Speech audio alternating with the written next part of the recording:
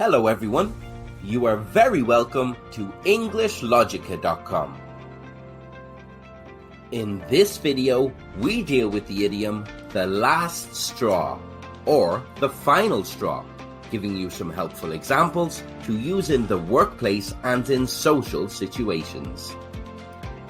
The meaning of this idiom is the final unacceptable occurrence in a series of occurrences. The man was always bickering with his friends. They arranged to meet for dinner and didn't invite him. They discussed why. When he shouted at me, that was the last straw. I won't be inviting him out again. Here are some further examples, starting with social situations.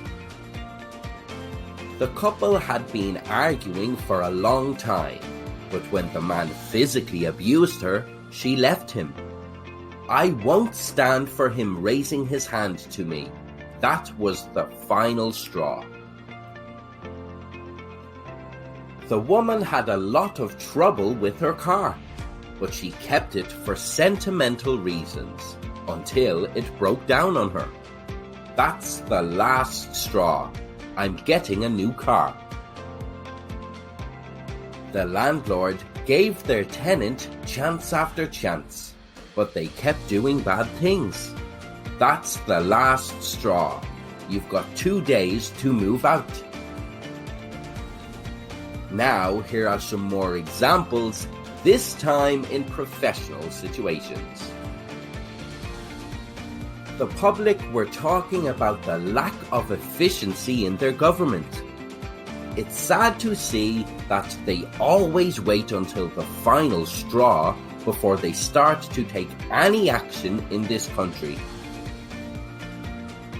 The lawyer explained to the defendant that the police would go to any lengths to get a conviction this time. This is the last straw for them. They said you're not going to get away with it anymore. The man arrived late again to work. His manager was not happy. That's the last straw. We have to let you go. Where did you hear the expression, the last straw?